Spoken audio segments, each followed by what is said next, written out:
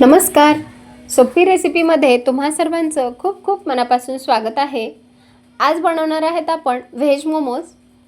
हे जे मोमोज आहेत ना, आज आपण अजिबात मैद्याचा वापर केलेला नाही किंवा गव्हाच्या पिठाचा सुद्धा वापर केलेला नाही. तरीसुद्धा आपले जे मोमोज आहेत ना, अजिबात चिवट झालेले नाहीत किंवा चामट झालेले नाहीत. अतिशय मऊ आणि लुसलुशीत हे मोमोज असेच राहतात. रेसिपी एक वेळेस नक्की ट्राय करून पहा. आवडली असेल तर माझ्या चॅनलला प्लीज सबस्क्राईब करा, लाईक करा, सोबतच बेल आयकॉनवर क्लिक करा. तर बघा, हा मोमोज मी तुम्हाला तोडूनसुद्धा दाखवणार आहे. यामधलं स्टफिंग किती मस्त असं तयार झालेलं आहे आणि मोमोजसुद्धा अगदी मऊ लुसलुशीत आहे. हे तुम्ही सॉसबरोबर खाऊ शकता किंवा मोमोज चटणीबरोबरसुद्धा खायला खूपच अप्रतिम लागतं. नेहमीप्रमाणेच रेसिपी अगदी साधी सोपी आहे. भरपूर साऱ्या टिप्ससह तुमच्यासोबत शेअर केली आहे. चला तर मग रेसिपीला सुरुवात करूया. व्हेज मोमोज बनवण्यासाठी सगळ्यात अगोदर इथे आपण अर्धा पत्ताकोबी घेतला आहे. आता तुम्हाला किती प्रमाणामध्ये मोमोज बनवायचे आहेत त्यानुसार तुम्ही इथे भाज्यांचं प्रमाण वापरू शकता. अर्धा पाव आपण पत्ताकोबी घेतला, सोबतच एक शिमला मिरची घेतली आहे. त्याचे जे मागचा देठ आहे ना, तो काढून घेतला. आणि आता शिमला मिरची आपल्याला चिरून घ्यायची आहे, कारण त्यामध्ये ज्या बिया असतात ना, त्यासुद्धा आपल्याला काढून घ्यायच्या आहेत. आता या भाज्यांऐवजी जर तुमच्याकडे किसलेला गाजर असेल ना, तर तो सुद्धा तुम्ही इथे वापरू शकता किंवा ज्या घरामध्ये भाज्या अवेलेबल आहेत ना, त्यासुद्धा वापरू शकता. आता आपण शिमला चिरून घेतलं, त्यामधले जे बी आहे ना, ते काढून घेतले. सोबतच आपण 2 मध्यम आकाराचे कांदे घेतले आहेत. आता आपल्याला या भाज्या ज्या आहेत ना, अगदी बारीक अशा चिरून घ्यायच्या आहेत. तर सुरुवातीला मी थोडंसं या भाज्या चिरून घेते, कारण नंतर मी या भाज्यांना चॉपरमधून काढून घेणार आहे. या भाज्या आपल्याला मिक्सरला अजिबात फिरवून घ्यायच्या नाहीत. जर तुम्ही मिक्सरमध्ये फिरवून घेतलात ना, तर त्या खूप बारीक होतील. त्यामुळे आपल्याला चॉपरमध्येच काढून घ्यायच्या आहेत. आता इथे माझ्याकडे चॉपर आहे, त्यामुळे मी चॉपर घेतला. त्यामध्ये पत्ताकोबी टाकून घेतली आणि आता ही पत्ताकोबी आपण चॉप करून घेऊयात. जर चॉपर नसेल तर तुम्ही चाकूच्या सहाय्याने या भाज्या अगदी बारीक अशा चिरून घेऊ शकता. इथे बघा, पत्ताकोबी आपण अगदी बारीक अशी चॉप करून घेतली आहे. अशाच प्रकारे आपण सर्व भाज्या चॉप करून घेऊयात. इथे बघा, साधारण माझ्याकडे 2 वाटी हा पत्ताकोबी चॉप करून झालेला आहे. सोबतच 10 ते 12 लसणाच्या पाकळ्या, अर्धा इंच अद्रकीचा तुकडा खलबत्त्यामध्ये कुटून घेतला. एक जी शिमला मिरची होती ना, ती सुद्धा आपण चॉप करून घेतली आहे. आणि जे कांदे होते ना, ते सुद्धा अगदी बारीक असे चॉप करून घेतले आहेत. आता आपण लगेचच जे मोमोजमध्ये स्टफिंग असतं ना, त्याची तयारी करूयात. तर स्टफिंगसाठी आपण सगळ्यात अगोदर गॅसवरती कढई गरम करण्यासाठी ठेवली आहे.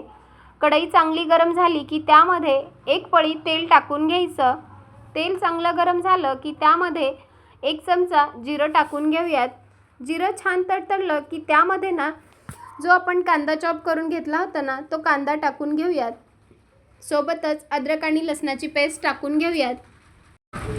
आता अद्रक, लसूण आणि कांदा आहे ना, आपल्याला हलकंसं परतून घ्यायचं आहे.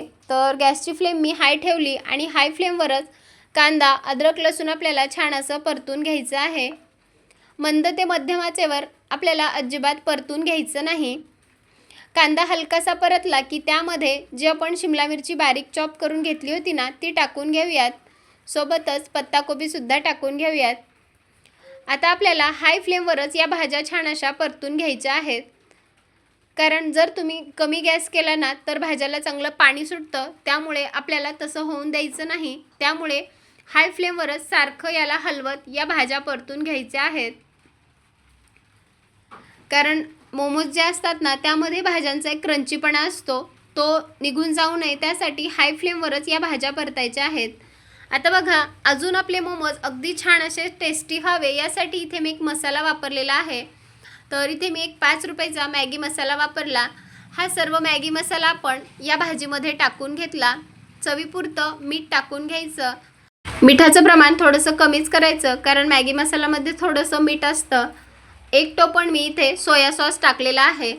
आता हाय फ्लेमवर या भाज्या आपण 1 मिनिटभरासाठी छान अशा परतून घेऊयात. मॅगी मसाला टाकल्यामुळे ना, मोमोजला अजून खूप छान अशी टेस्ट येते जर तुम्ही कधी मॅगी मसाला टाकून असं मोमोज केलं नसेल ना, तर एक वेळेस करून पहा, खायला खूपच भन्नाट लागतात. हाय फ्लेमवर एक 3 ते 4 मिनिटासाठी आपण भाज्या छान अशा परतून घेतल्या. इथे आपलं मोमोजचं स्टफिंग तयार आहे. आता आपण हे स्टफिंग तयार झालं की गॅस बंद करून घेऊयात आणि हे जे स्टफिंग आहे ना, ते पूर्णपणे आपल्याला अगदी थंडगार करून घ्यायचं आहे.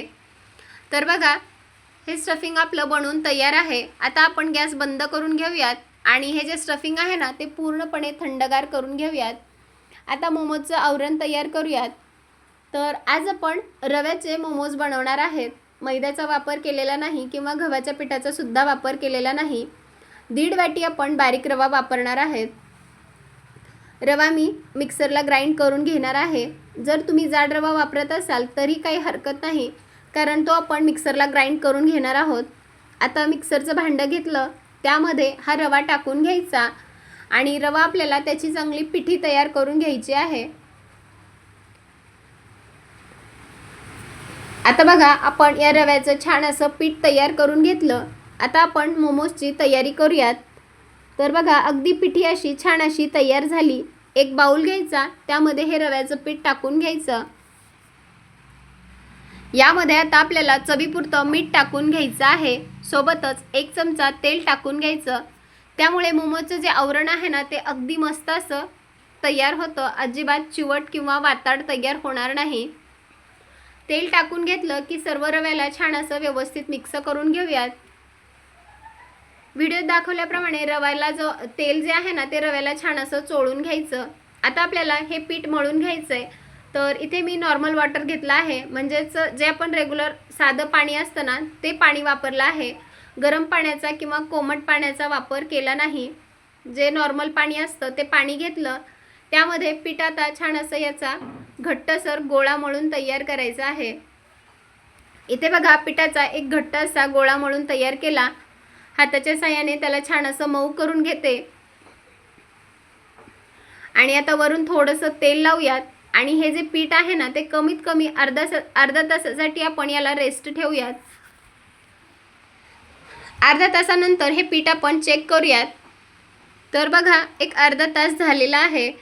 पिठावरचं झाकण काढून घेतलं आणि परत हे पीठ आपण छान असं व्यवस्थित मळून घेऊयात. बघा, पीठ छान असं मुरलेलं आहे. आता आपण लगेचच मोमोज बनवूयात. स्टफिंगसुद्धा आता हे थंडगार झालेलं आहे. लगेच आता मोमोज बनवायला घेऊयात. मोमोज बनवण्यासाठी पिठाचा अगदी लिंबाच्या आकार एवढा गोळा घ्यायचा. आता आपल्याला हा गोळा लाटून घ्यायचा आहे. तुम्ही हवं तर पिठामध्ये, गव्हाच्या पिठामध्ये थोडंसं घोळवून घेऊ शकता, पण त्याची काही गरज लागणार नाही. तर आता आपल्याला एक पुरी लाटून घ्यायची आहे. तर आपल्याला ही लाटत असताना अजिबात जाड लाटायची नाही किंवा अगदीच पातळसुद्धा लाटायची नाही. इथे आपल्याला चपाती, आपण ज्याप्रमाणे चपाती लाटतो ना, त्याच चपातीप्रमाणेच ही लाटून घ्यायचं आहे. आता ज्याप्रमाणे आपण मोदक बनवतो ना, त्या प्रकारेच आपल्याला याला कळ्या पाडून घ्यायच्या आहेत. व्हिडिओत दाखवल्याप्रमाणे अशा कळ्या पाडून घ्यायच्या आणि जे आपण स्टफिंग तयार केलं होतं ना, ते यामध्ये टाकून घेऊयात. अगदी जास्तसुद्धा आपल्याला स्टफिंग यामध्ये भरायचं नाही. 1 चमचाभर स्टफिंग यामध्ये टाकून घ्यायचं आणि जे स्टफिंग आहे ते मध्ये ढकलायचं आणि वरचं जे आवरण आहे ना, ते असे कडेने दाबत आपल्याला वर आणायचं आहे. इथे बघा, आपला मोमोज आता तयार झालेला आहे आणि याला कळ्यासुद्धा किती मस्त अशा पडल्या आहेत. अगदी आपण बाजारामधून विकत आणतो ना, सेम तसाच हा मोमोज दिसत आहे. एक मोमोज मी तुम्हाला बनवून दाखवला. अशाच प्रकारे आपण दुसरासुद्धा मोमोज बनवून पाहूयात. अगदी चपातीप्रमाणे लाटून घ्यायचं आणि आपल्याला हे मोमोज तयार करायचे आहेत. जर तुम्ही जास्त जाड लाटलं तर जास्त आपल्याला खाताना पीठ लागू शकतं आणि अगदीच पातळ लाटलं तर जे स्टफिंग आहे ना, ते थोडंसं बाहेरसुद्धा येऊ शकतं. त्यामुळे आपल्याला चपातीसारखंच ही लाटून घ्यायचं आहे. यामध्ये सुद्धा आपण स्टफिंग भरून घेतलं आणि कळ्या पाडून घेतल्या. आता बघा, हा सुद्धा मोमोज आपला बनवून तयार झालेला आहे. तर याला पूर्ण असं बंद करून घ्यायचं आणि बघा, इथे आपला दुसरासुद्धा मोमोज तयार आहे. अशाच प्रकारे बाकीचे जे राहिलेलं पीठ आहे ना, त्याचेसुद्धा आपण अशाच प्रकारे मोमोज बनवून घेऊयात.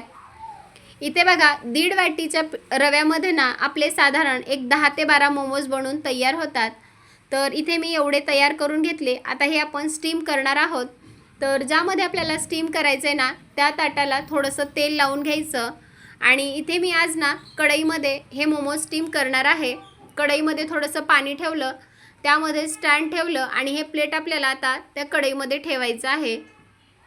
आता मोमोज आपल्याला एक 10 ते 12 मिनिटासाठी वाफवून घ्यायचे आहेत. तर बघा 10 ते 12 मिनिट झालेले आहेत. मोमोज छान असे वाफवून झालेले आहेत. 10 ते 12 मिनिटापेक्षा आपल्याला मोमोज जास्त वेळ शिजवायचे नाहीत. आता ते शिजले की नाही ते कसं चेक करायचं, तर हाताने थोडंसं दाबून पाहायचं. अजिबात हाताला पीठ चिटकत नाही. मोमोज तयार आहेत. आता हे आपण लगेचच सर्व करूयात. इथे बघा अगदी मस्त असे अगदी 10 ते 15 मिनिटांमध्ये हे मोमोज बनवून तयार आहेत. दिसायला तर खूपच मस्त दिसत आहेत. आपण जे मार्केटमधून मोमोज आणतो ना अगदी सेम तसेच हे मोमोज झालेले आहेत. आता एक मोमोज मी तुम्हाला तोडून सुद्धा दाखवणार आहे. तर बघा अजिबात चिवट झालेला नाही किंवा वातड सुद्धा झालेले नाहीत आणि स्टफिंग सुद्धा अगदी मस्त असं तयार झालेलं आहे. हे मोमोज ना तुम्ही सॉस बरोबर खाऊ शकता किंवा मोमोजची जी चटणी असते ना त्याबरोबर सुद्धा खायला अप्रतिम लागतात. माझ्याकडे इथे सॉस होता तर मी आज सॉस सोबतच हे मोमोज सर्व केले आहेत. जर तुमच्याकडे मोमोजची चटणी असेल तर तुम्ही त्याबरोबर सुद्धा हे मोमोज खाऊ शकता.